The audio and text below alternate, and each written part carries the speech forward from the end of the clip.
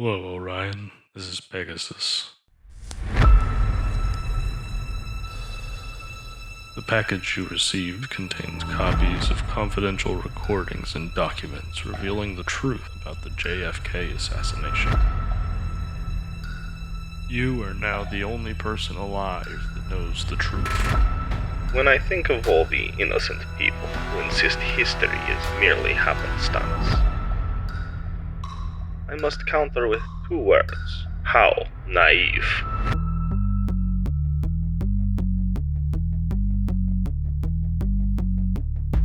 I am one of very few people who really know what happened that day, Mr. St. James. Or should I call you Pegasus?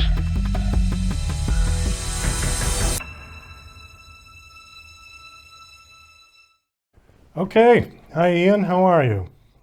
I'm doing just fine, thank you. Thank you for coming on the show. It's nice to have you here. My pleasure. I'm looking at your bio. You're a retired Air Force colonel. Is that correct? That is correct, yes. Were you a pilot? I was for a while, got scarlet fever, and that dumped me out of that particular endeavor. What kind of aircraft did you fly? Well, I was in the T-38 program when I got the scarlet fever, so that put an end to that. However, I ended up flying reconnaissance missions in Vietnam, so I still got to fly, and I ended up with all my ratings. So all was well that ended well. Well, thank you for your service. And now you've been writing books, it looks like. How long have you been a published author? I've been published since 2000. Oh, quite a while, 23 years, yeah? Yep. How many do you have published? I have 7 books published with this new one coming out. And the new one is what we're going to be talking about. This is called the Pegasus Directive, the top secret Kennedy assassination files.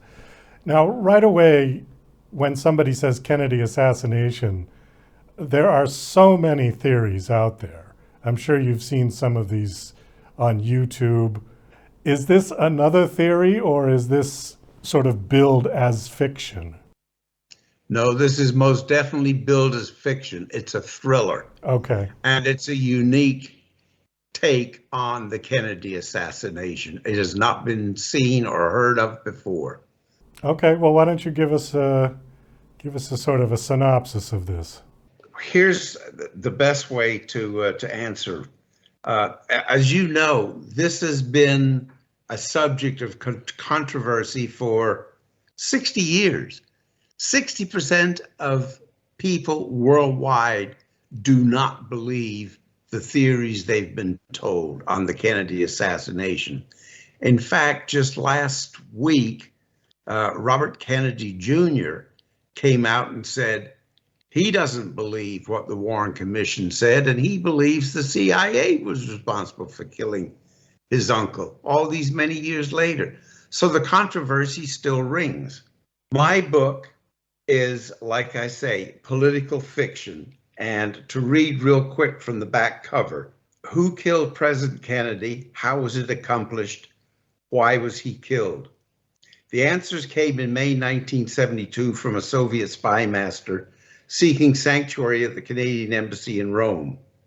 He told the ambassador at the time he wished to defect to the United States in exchange for perishable information he deemed critical to America's continued well-being.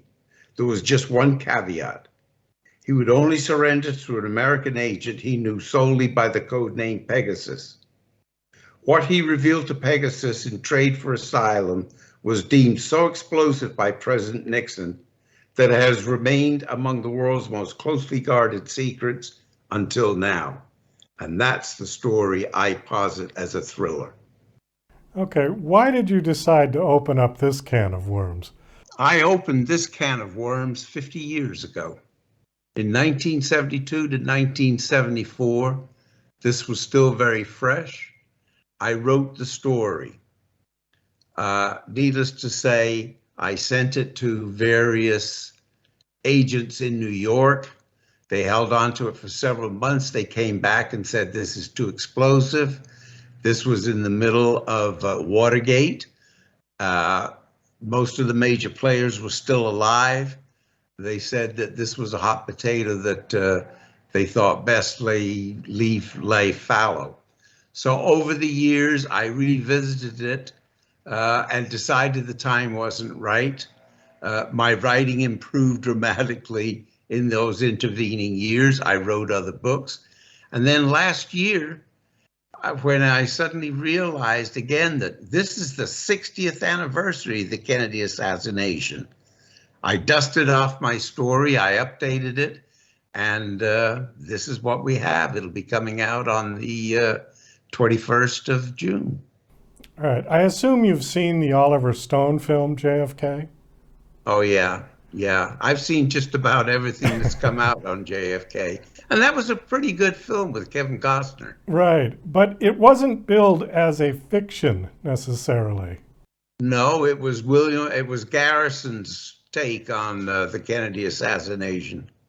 Do you have any theories on his theory? On Garrison's theory? Yeah. Yeah, I think it was absolutely a red herring going nowhere. It was well done, not taking away anything from Oliver Stone. Well done, well documented, but no, just a theory, as all the others were theories, and no one has come up with the right answer until now. Me. What do you think of the Warren Commission report? The Warren Commission report was totally flawed. Lyndon Johnson made sure that the Warren Commission report came out before he announced re-election in September of '64, and it was a total whitewash. He got the result he wanted, which was, quite frankly, 100% wrong. So the result that he wanted was to become the president. Absolutely. So I guess my point being is that you said this is the 60th anniversary of Kennedy's assassination. We're no closer to the truth, particularly, than we were the day it happened. You're 100% right. And what 60% of the world's people don't believe we know the answer. That's amazing. So the other 40 believe the Warren Commission and have accepted that as the truth? Not necessarily. They just either have no opinion or they really don't think about it. Okay. What about all of these secret files that were supposed to be unwrapped or declassified? I don't know, a few months ago, I seem to seen something on that. I'm going to say, if memory serves me correctly, President Biden released, quote, the last of the files on December 16th, 2022, and then also announced that they withheld about 500 or 600 files. So it still comes out in dribs and drabs, but I think we pretty well know what they want us to know. And the reason they didn't release the last 800 files was a few of the people are still alive and they don't want to embarrass people. That's their answer. I don't believe it, but that's the way it is. So we've said that your story is a fiction. Do you have any opinions of your own as to what really happened? Absolutely, I do. Do you want to share them? Sure. When I mentioned about a Soviet spy defecting to the Canadian embassy in Rome, wanting to defect further to the United States, the man who defected was the number 2 man in the KGB, a Russian major general. And he was the mastermind behind the Kennedy assassination. He came to Pegasus saying, in exchange for information that's critical to America's well-being, I will recount to you exactly the how, the why, the where, and the when of the Kennedy assassination. And he employed 2 Russian assassins to pull the job. So it was just the Russians, you think? It wasn't any conspiracy with the CIA or Cuba or the mafia? None. No? None. It was strictly 100% a Russian undertaking. Why would the Russians have benefited from Kennedy's death exclusively? Over the Cuban Missile Crisis? They were upset about that? Oh, it was more than just the Cuban Missile Crisis. No. If you remember back in April of 63, Khrushchev met with Kennedy in Vienna. And Kennedy came away from that meeting really a loser. But the whole world was totally fascinated with Kennedy. And the Russians found themselves in the terrible position of this young American literally being considered to be the best leader in the world at the time, despite all of his flaws, whether it be with the Bay of Pigs fiasco and many other failures in the Kennedy administration. Mr. Kennedy was in deep trouble when he went to Dallas in November 1963. It was touch and go whether he would be reelected or not the next year. So when he got this aura of just being the world's greatest politician, could do no wrong, the Russians wanted to get rid of him. He was just too bright a shining light, and he was certainly opposed to all of their willful machinations on wanting what they wanted the world to look like going forward. Kennedy had to be eliminated, and the Russians saw to it. Was it one person? Was it Lee Harvey No. Oswald? No. Was Lee Harvey Oswald involved? He was there strictly as a stooge. He had been hired to do nothing more than fire 3 shots into the air. He was a ne'er-do-well known by the Russians, who had basically recruited him that September in Mexico City, where he had stumbled into the Mexican embassy or into the Russian embassy, wanting to get the Russians to help him get into Cuba.